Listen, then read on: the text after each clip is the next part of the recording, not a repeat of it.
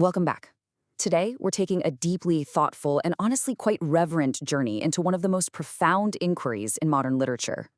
We're going to explore Toni Morrison's striking thesis from her book, The Origin of Others. Her core argument is challenging, but it's absolutely revelatory.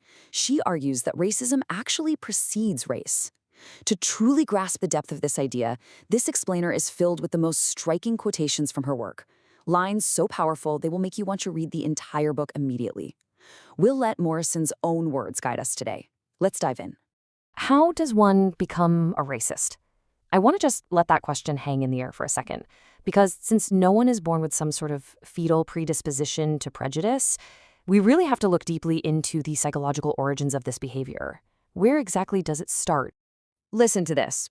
Morrison writes, race is the classification of a species, and we are the human race, period. It's such a definitive, unyielding statement, isn't it? And it brilliantly sets up her foundational argument. If race, the way we commonly talk about it, is essentially a genetic imagination, an artificial construct, then it forces us to ask a much darker question. Why does this hostility, this overwhelming social need for what Morrison calls othering, even exist in the first place? To understand that hostility, we first need to define exactly what we mean here. The other is a created stranger. It's a highly vulnerable category that societies and individuals just invent. They use it to define their own strange selves and to enforce social, psychological, or economic power. So the really crucial thing to grasp is that creating an other isn't just about being afraid of the unknown. It's an active, deliberate psychological tool used for control. Section 1. Romancing slavery's horrors. Let's look at how this builds historically. How have societies throughout time accommodated the immense, undeniable degradation of slavery? How did people actually live with themselves? Morrison points out something vital. She says, one learns othering not by lecture or instruction, but by example. The sheer inhumane condition of slavery was glaringly obvious to everyone involved.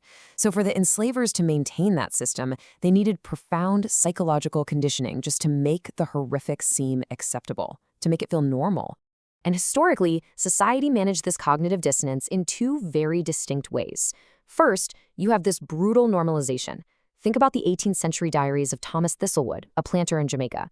He meticulously, almost clinically, recorded his serial rapes of enslaved women right alongside casual notes about farming and the weather, completely devoid of any moral judgment. And then you have the other method, sanitized fiction. Harriet Beecher Stowe's Uncle Tom's Cabin actively tried to romance slavery. It presented beautifully cultivated gardens and safe, subservient characters, all designed to comfort and calm the fearful white reader. So you have utter brutality on one hand and soothing romance on the other. Section 2. Psychology of the Enslaver. Now we shift to a truly fascinating yet chilling part of Morrison's thesis, the internal, Gothic landscape of the minds that actually perpetuated these horrors. She writes, the necessity of rendering the slave a foreign species appears to be a desperate attempt to confirm one's own self as normal. When you read historical memoirs, like Mary Prince describing owners taking snuff with complete composure while ordering these incredibly cruel beatings, you quickly realize this extreme brutality was never corrective. It was in fact a sadistic projection of the enslaver's own deepest fears. The viciousness of the enslavers was essentially a defense mechanism. It was a desperate internal scream of, I am not a beast. By torturing the completely helpless, they were attempting to prove to themselves that they were not weak. The urgency to view the enslaved as decidedly non-human shifts the spotlight away from the degraded person and shines a glaring, uncomfortable light right back onto the Gothic sensibility of the person creating that degradation. And here is the core fear holding that entire psychological structure together. The danger of sympathizing with the stranger is the possibility of becoming a stranger. To an enslaver, or to anyone holding racist views, losing your racialized rank means losing your own enshrined, heavily valued difference. Empathy, in that context, is viewed as an absolute existential threat. Section 3. The literary color fetish. So how did this deep psychological conditioning bleed into our everyday culture? Let's take a look at how literature historically relied on color as a crutch for character and narrative. Morrison observes, colorism is so very available. It is the ultimate narrative shortcut. She points out how legendary writers, folks like Ernest Hemingway and William Faulkner, frequently utilized racial tropes. the sheer horror of miscegenation, and historical color laws to artificially drive their plots forward. It's a cheap tool, really. It immediately signals to the reader who is safe, who is dangerous, who is weak, and who is desirable, without doing the hard work of actual character development. In total defiance of this, Morrison deliberately withheld those racial codes in her own work, like in her novel Paradise and her short story Recitative. She purposefully wrote non-colorist literature to absolutely annihilate this cheap fetish of race. By taking away that easy narrative shortcut of skin color, she forces us, the readers, to focus entirely on human behavior. It brilliantly defangs cheap racism right on the page. Section 4, the realities of blackness. But, of course, while a brilliant author can erase color in literature, the brutal historical realities outside of those pages necessitated actual physical escape. The violence certainly didn't stop with emancipation. Just look at this devastating timeline. Throughout the 20th century, we see relentless violence. You have the lynching of Ed Johnson in 1906, Laura and L.D. Nelson hanged in 1911, the horrific blinding of decorated veteran Isaac Woodard in 1946, the murder of 14-year-old Emmett Till in 1955. This maps out exactly why Black populations were forced to radically redefine their existence in a deeply, intensely hostile world. This very real, completely justified fear directly motivated freedmen to establish around 50 all-Black towns in Oklahoma, places like Boley and Langston. These weren't just settlements. They were designed as true harbors of safety and prosperity, purposely built far away from white people. It was born out of an absolute necessity to protect their physical bodies and their dignity from the relentless violence we just talked about. Section 5, narrating the stranger. This brings us to our final arc. If othering is a tool of violence and control, how do we begin to reverse it? Morrison suggests that telling the stories of the marginalized is exactly how we reclaim our shared humanity. Oh, how terrible is irresponsible power when exercised over intelligent beings. Now, this incredibly powerful quote actually comes from an 1856 newspaper account written by a reverend who was visiting a jail.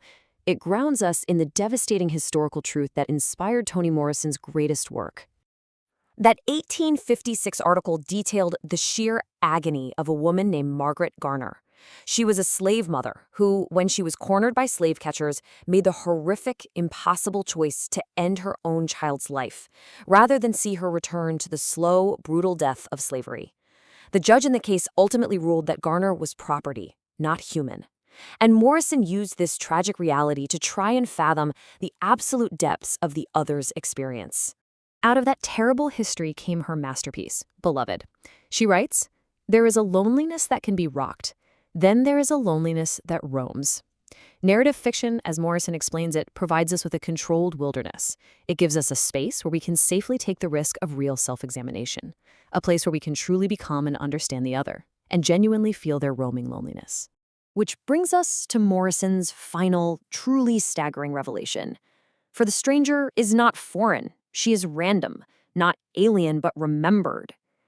Ultimately, what she's saying is there are no strangers. There are only versions of ourselves that we haven't yet embraced, versions of ourselves that we actively wish to protect ourselves from. So what is our takeaway from all of this? Morrison outlines what she beautifully calls the human project. If we are going to survive our era of globalization and mass movement, we have to actively work to remain human. We have to block dehumanization at every single turn. We must surrender to language and image to vault that mere blue air that separates us, and actively reject that primal urge to estrange others. I want to end our time today by leaving you with this haunting question to consider. How will you acknowledge the foreigner within yourself? I invite you to deeply examine your own biases. And please, which of Morrison's striking quotes hit you the hardest? Let us know in the comments below, and don't forget to subscribe for more literary insights. Thank you so much for joining me, and I'll see you next time.